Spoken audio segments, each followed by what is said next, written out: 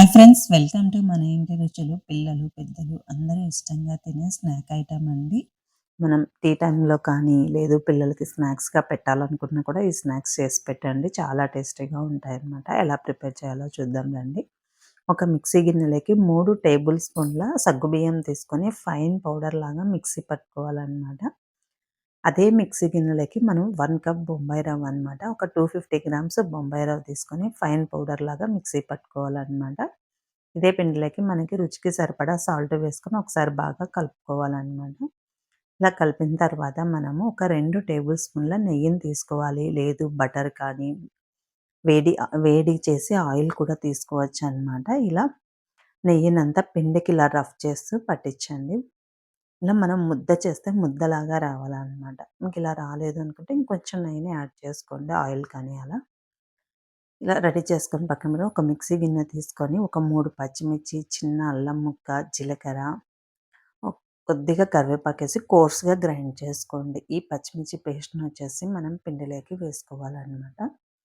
ఈ పచ్చిమిర్చి పేస్ట్‌ని పిండికంతా బాగా పట్టించాలండి. వీడియో క్లిప్‌లో చూపించిన విధంగా ఇలా రఫ్ చేస్తూ ఇలా కొన్ని కొన్ని వాటర్ వేసుకుంటూ పిండినంతా బాగా కలుపుకోవాలనమాట. ఒకేసారి ఎక్కువగా వేయొద్దండి. కొన్ని కొన్ని వేసుకుంటూ పిండిని కలుపుకోండి. ఇలా పైన ఒక్క స్పూన్ ఆయిల్ వేసుకొని ఒకసారి బాగా పిండికంతా పట్టించి ఒక 15 మినిట్స్ పాటు పిండిని నాననివ్వండి. ఇలా మూత పెడితే మనకి 15 మినిట్స్ తర్వాత చూపిస్తున్నాను. పిండి అనేది సాఫ్ట్‌గా ఉండాలనమాట. మీకు వీడియోలో చూస్తుంటేనే క్లిప్‌లో అర్థమవుతుంది కదా! కరెక్ట్‌గా మనకి వస్తదనమాట. ఇలా బాగా ఒకసారి మిక్స్ చేసుకొని, ఇలా పిండి ముద్దను తీసుకొని మిగతాది ఆరిపోకోకుండా మూతతో క్లోజ్ చేసేసి, ఇది రౌండ్‌గా చేసుకొని మనము పొడి పిండితో డిప్ చేసుకోవాలనమాట. ఇలా పొడి పిండిలో డిప్ చేసుకొని మనము చపాతీ కర్ర ఉంటది కదండీ! దాంతో మనం ఇలా రోల్ చేయడమే అనమాట చపాతీలాగా. మనం ఎంత వీలైతే అంత పల్చగా స్ప్రెడ్ చేయండి. ఇలా వీడియో క్లిప్‌లో చూపించిన విధంగా. ఇలా స్ప్రెడ్ చేసిన తర్వాత ఇలా పల్చగా అనమాట. మనకి థిక్‌నెస్ అనేది చాలా పల్చగా ఉండాలి. ఇలా వీడియో క్లిప్‌లో చూపించిన విధంగా ఉంటే సరిపోతదనమాట.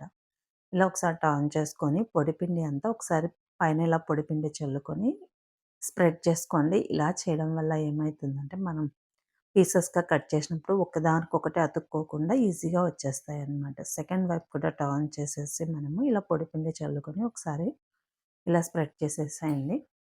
మనకి నచ్చిన షేప్‌లో కట్ చేసుకోవడమే అన్నమాట. డైమండా, స్క్వయరా లేదంటే కొంచెం పొడుగ్గానా అనేది మన ఇష్టం అనమాట. మనకి ఎలా నచ్చితే అలా షేప్స్ అనేది కట్ చేసుకోవచ్చనమాట. నేనైతే ఇక్కడ డైమండ్ షేప్‌లో కట్ చేస్తున్నానండి. మొత్తం పిండినంతా ఇలానే కట్ చేసుకొని రెడీగా పెట్టుకోవాలనమాట. మనం ఇలా ఒక్కొక్కటైనా తీసుకోవచ్చు. లేదు ఇలా స్పూన్ తీసుకొని ఇలా అన్నామంటే ఈజీగా వచ్చేస్తాయన్నమాట. ఒకేసారి మొత్తం అన్నీ తీసేసుకోవచ్చనమాట. ఓకేనా? స్టవ్ మీద బాండీ పెట్టి ఆయిల్ వేసుకొని హీట్ చేసుకోవాలండి. ఇందాక కట్ చేసిన వాటిని కొన్ని కొన్ని వేసుకుంటూ ఫ్రై చేసుకోవాలనమాట. వెంటనే కదపకండి. ఒక 2 జస్ట్ 1 సెకండ్ అయితే ఆ నురుగ అనేది తగ్గుతుందనమాట. ఇప్పుడు కొంచెం అటు ఇటు టర్న్ చేసుకుంటూ మంచి గోల్డెన్ కలర్ వచ్చే వరకు ఫ్రై చేసుకోండి. మీడియం ఫ్లేమ్ మీదే ఫ్రై చేయండి. హై ఫ్లేమ్‌లో పెడితే పైన రెడ్‌గా అయిపోతది. లోపల అంతా గుల్లగా రావన్నమాట. ఇలా మీడియం ఫ్లేమ్‌లో గోల్డెన్ కలర్ వచ్చే వరకు ఫ్రై చేసుకుంటే సరిపోతదనమాట. సెకండ్ బ్యాచ్ కింద కూడా వెయిట్ చేసుకోవడమే అన్నమాట ఇలా.